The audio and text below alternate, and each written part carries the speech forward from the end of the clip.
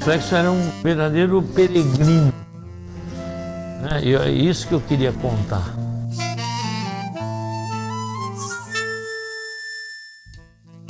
Eu gostei da exposição. Eu achei tão delicado o jeito que eles mostraram o trabalho dele. Bom, o que eu vi dele, né, nesse momento aqui, ele foi para a França e caiu na vanguarda dos anos 30. Matisse, Picasso, tudo, ele conhecia todo mundo. O que começa aqui? Como todo artista jovem europeu, a paixão pelo cubismo. Mas se você olhar bem aqui, ele já tinha perdido o filho, você está vendo? Tem o Picasso, mas tem o Cristo. É uma loucura, ele é uma loucura, que é uma simbiose gigantesca da cultura europeia, né? Você tem aqui tudo que o Picasso estava fazendo, conversando, porém, a coisa cristã levou ele para uma estrutura geométrica medieval que ele me ensinou. Ensinava para todo mundo. Então, se você olhar o quadro, ele tem uma estrutura de linha, mesmo que ele é figurativo, ó, todos aqui tem. Isso vem de um movimento que o André Lotz era um dos principais, pós-cubista, que chamava Seção do Ouro, que é uma coisa espetacular, né? Que é uma medida grega que faz com que você divida o espaço do quadro. O que mais ele me ensinou que eu acho fantástico? O valor simbólico da cor nessa mancha, certo? Aqui, ó. Você tem os azuis, verdes, são luminosos, que nem o vitral. O marrom na tela não fica tão luminoso. Quando você olha aqui, você vê o linho. É isso que ele fez até morrer, ele raspava com uma espátula. Era uma espécie de arte brute. Ó. Ele raspou, tirou o gesso do linho, tá vendo? Pintou com tinta. E ele passou tudo que ele sabia, é uma coisa impressionante. Ele chamava eu de Benjamin. Você é o Benjamin do grupo. Você era o mais jovem do grupo? 16. Você tinha 16 anos? 16 anos. Você dava aula em conjunto? Eram 4 pessoas, eu lembro das 4 pessoas. Quando você for no ateliê, eu vou te fazer o esquema que ele me ensinou. Agora, isso que eu queria te falar do Flex. Ele pertencia a um grupo importantíssimo, chamava o Círculo do Ouro. O Círculo do Ouro era uma confraria do Retângulo Áureo. Uhum. Então, esses estão por trás de todos os desenhos que eu fiz. São as linhas, né? E aí eu escolho as linhas e faço o trabalho. As aquarelas também tem isso. Mas explica nesse caso. É a mesma coisa, as linhas aqui. É porque olha quantas linhas forma. Ó, se você puser assim, ó, essa linha aqui é essa. O retângulo está aqui, ó. É uma coisa assim bem livre. O que a gente faz primeiro? O quadrado, que é essa parte aqui. Aqui, ó. O quadrado vem até aqui. Tá? Então essa linha já é o quadrado, tá? 1. Depois reflete do outro lado. O quadrado vem aqui, ó. Um pouquinho aqui, ó. É nessa linha. E eu vou escolhendo as linhas, como ele me ensinou. Então você faz uma digressão, um mergulho, é um exercício de composição linear. Então ele vai acumulando as experiências, as técnicas, as cores, e vai chegando nisso. Isso aqui é 1952, o filho dele morreu em 1945. Então ele já tinha passado pelo aquele amigo, padre, nunca ele deixou de ser judeu. Eu era apaixonado por ele. Imagina a cabeça da gente hoje, como tinha que estudar essas coisas, né? Aqui são o desenvolvimento dessa geometria toda. Mas qual é a diferença dessa geometria e da geometria espanhola, do Picasso? É a tonalidade. Então ele tem a geometria, o desenho, mas tem a tonalidade que estava sendo abandonada pelo Mondrian. O Mondrian achava que o quadro tinha que ser um objeto e ele não podia ter profundidade. E o Flexo falava assim, mas a cor tem profundidade. Então se você pôr cor, já não é mais objeto, já é uma perspectiva imaginada. E olha, esse eu acho demais. Aqui tem uma técnica espetacular, chama opalescência. Primeiro só tem cinza. E essa área aqui, o cinza opalesce. É como se fizesse uma pedra opala cinza aí quadrada. A transparência é quando na tinta não tem branco. Então o próprio pigmento cria já uma coisa transparente. A luz vaza, né? E quando tem branco, dá esse resultado. Isso parece muito com o trabalho seu naquela época, né? Muito. A mulher dele, a mulher dele, que eu adorava, Dona Margot, e ela falou assim, essas aquarelas, Rubens, estão muito papá. Tão bonitinho. Aí o Flex falou, ele está começando, Margot. Eu falei, menino, olha a idade dele. Aí ela falou, é verdade, verdade. Depois, eu levei umas caricaturas, que eu já trabalhava na Folha da Tarde. Levei as caricaturas e ela falou assim, nossa, mas isso não tem nada a ver com a arte moderna. O Flex falou, não, olha a sabedoria. Não, o Rubens tem que viver. Daqui a pouco o pai dele vai cobrar. Olha, ele já tinha sacado em velho. Aí eu mostrei as caricaturas, falei, isso aqui está excelente, vai tocando. E o Juan Gris era caricaturista, é ele que me falou. Você já era caricaturista quando Já trabalhava no jornal.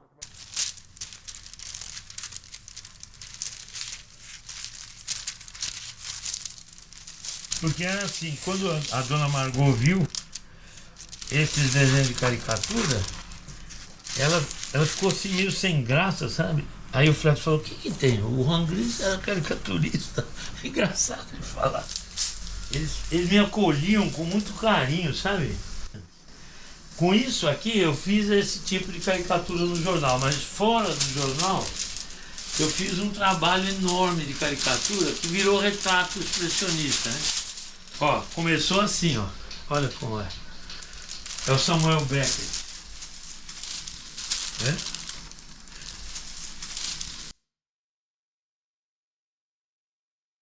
Olha aqui o meio tom, né? Então essa fase, o preto, é uma fase que eu acho muito de luz. Quais os outros artistas que usaram? Alguns expressionistas usaram a tonalidade e o vitral. Principalmente um alemão chamado Christian Hofs. E o Klee. O Klee foi o único artista que fez tonalidade nessa turma. O Miró adora o Klee, mas nunca usou nenhuma transparência, nenhuma tonalidade. Esse exemplo aqui é incrível. E tem geometria também. Tá? E aqui você tem a opalescência, quanto mais branco você faz, mais vem para cá, que nem aqui, ó. Olha lá. Ó. E aí ele entrou num movimento completamente diferente, que era o Rio Pelle, que era esse gesto de escrita que era muito forte na França nos anos 70. Você vê aqui, a gente chama de grisalha. Quer dizer, o dominante é a tonalidade. A cor é um mero... tem muito a ver com pintura chinesa. Mas você vê como a cor está sempre subordinada à tonalidade, muito parecido com o Klee. Eles têm muita comunicação e eles conheciam o Flex, né? Olha o branco atrás, ó. Preto vai para cá, branco. Né? Isso também tinha aquarelas. Sempre tinha uma aquarelinha do lado. Aqui temos as maravilhas, né? Acho que nunca viu, só Redina. Acho que é aqui no Brasil, e o Babinski. Isso aqui é do nível do Babinski e da Redina. Bom, aqui tem toda a obra dele, né? Porque as aquarelas são muito variadas de tempo, tá? Olha aqui, aquele quadro a óleo deve ter partido de uma aquarela assim, tá vendo? Só que no óleo você levanta o branco. Mas ele tinha uma técnica de aquarela espetacular, já mais moderna, não era mais uma técnica, vamos dizer, contemporânea. Ele tinha uma técnica antiga, ele deve ter aprendido com algum francês lá na escola de Paris. E foi uma coisa assim chocante para mim ver as aquarelas dele, eu ficava louco. Houve uma coincidência quando eu conheci o Flexo, foi assim. Lembra do Silvio Coutinho? O Arthur falou: Rubens, eu vou ficar a noite inteira conversando com o Silvio, hein? Você fica aí, né? Aí o Silvio falou: ô Arthur, coitado, ele tem 16 anos, né? Você já viu uma aquarela? E me mostrou uma aquarela. Foi umas 11 horas da noite. Eu me lembro de todas as cores daquela aquarela. Nunca mais eu esqueci. E aí comecei a aquarelar e eu fiquei louco. O Silvio falou: olha como ele tá, o Arthur. Não, o Rubens é assim mesmo, ele observa qualquer coisa do Arthur, né? Irmão, né? Bom, fui, o Arthur me levou. Cheguei lá com 16 anos e o Flexo falou assim: olha, primeiro eu vou ensinar os esquemas medievais para você, você vai pintar óleo. Eu fiz uns 3 quadros ou 2. Eu falei: Flexo, posso falar o que eu queria aprender aqui? Tenho tanta vontade, aquarela. Acabei de ver uma lata de aquarela. Falei: Rubens, você é muito jovem para aquarela. Aquarela é a última, olha a sabedoria dele. Aquarela é a última parte. O óleo é direto, você raspa, tira e tal. Eu fiquei tão triste, falei: puta, bicho. Eu fui para casa, fui numa gráfica, comprei um papel que eu achava que era o máximo, era uma porcaria, mas tudo bem. E ele me ensinou a lixar o papel. Eu fiz mais ou menos umas 40 aquarelas. Ele olhou, eu lembro da cara dele, ele olhou: vamos começar com aquarela. E eu descobri que os maiores artistas que eu gosto, todos faziam aquarela, todos. E uma vez eu fui visitar um artista, Gomide, ele tinha 98 anos. Um amigo meu me levou, ele viu o meu trabalho, eu falei: olha, eu só pinto aquarela, eu não sou bom em óleo. Ele falou: você está enganado. Começa a pintar óleo, você vai ver que a aquarela é um treino para o óleo. Que o Flexo fazia, e eu não percebi. Olha, você está vendo aqui como é bem feita essa exposição. Começa ele refazendo a figura ali naquela parte da parede, né? E antes era abstrato. Se olhar a parede até o fim, ela é abstrata no começo. Aí começou essas figuras chamadas bípedes. Aqui são as aquarelas que sugeriram os quadros daqui, tá? Se você olhar, tem uma igualzinha ali, ó. A primeira da sala é igualzinha a essa aqui, ó. A segunda, olha um cinza, uma grisalha maravilhosa, olha. A cor tá aqui, ó. Um amarelo escuro, um vermelho, mas olha, ó. Olha a força da cor no meio do cinza. E a composição é a mesma dos esquemas medievais. Esse eu adoro. Bom, essa sala para mim foi muito emocionante, porque eu vi ele pintar todos esses quadros aqui, menos esse. E esse, tá vendo? Isso aqui é a transição, né?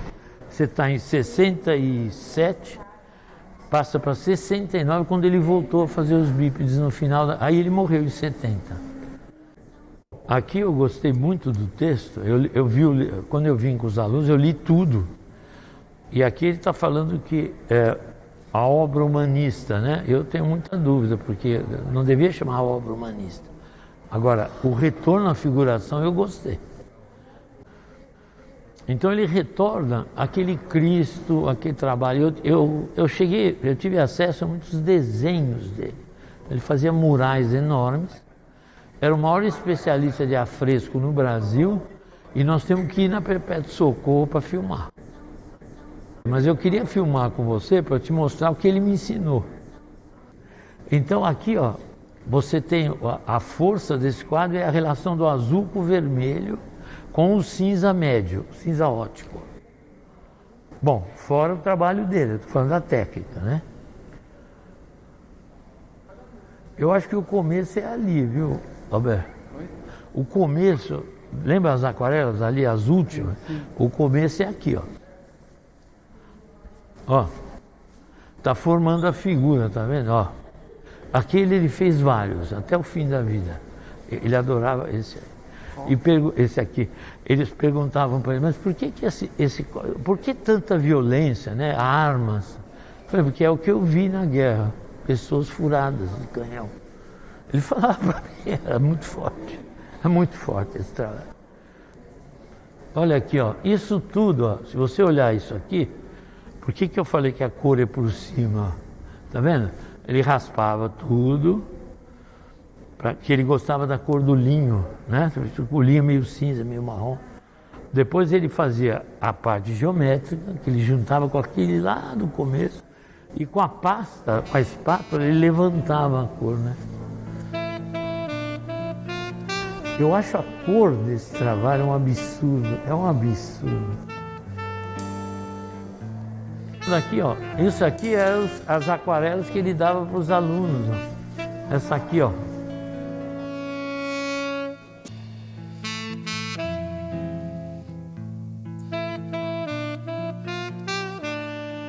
Que era modelo vivo. Eu tive a honra de ganhar uma dessas.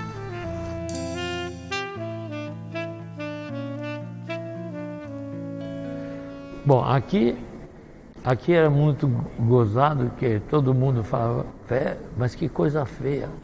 Por que é feia? Porque voltou também a tonalidade, né? Ele partiu para uma cor, mas é engraçado isso, que o Picasso, ele pintava preto e branco, ele sacou essa coisa profundamente, o que é a grisalha do Montanha. E a coisa de pintar preto e branco era um protesto, como Guernica, que fazia uma coisa preto e branco. Picasso, você é o maior colorista do século XX. Mas e o drama? A resposta dele sempre foi assim. Então a força, essa força da questão tonal, ela está muito ligada à fumaça, à guerra, a tudo que tem de coisa trágica. Então, se você olhar a cor nas aquarelas, que são a coisa mais direta do coração, você vai ver que tem uma mancha de cor, o resto é preto em cima. É o contrário da opalescência, escurece. Aqui, no óleo, a cor é posto depois do cinza, por último, até chegar naquela obra ali, que você vê direitinho, olha lá. Tudo é preto e branco, menos aquela mancha vermelha. Então, essas são consideradas as obras mais importantes do Fletcher. Eu não acho. Eu acho maravilhoso, adoro, mas acho que a obra dele é muito contínua, de uma qualidade muito contínua. Ele fez o percurso todo da escola de Paris.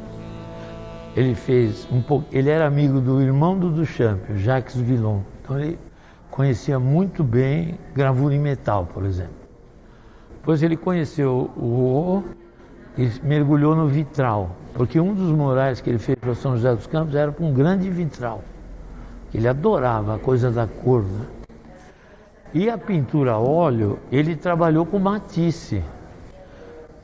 Ele frequentava o ateliê do Matisse, do André Derain, do André Lotte.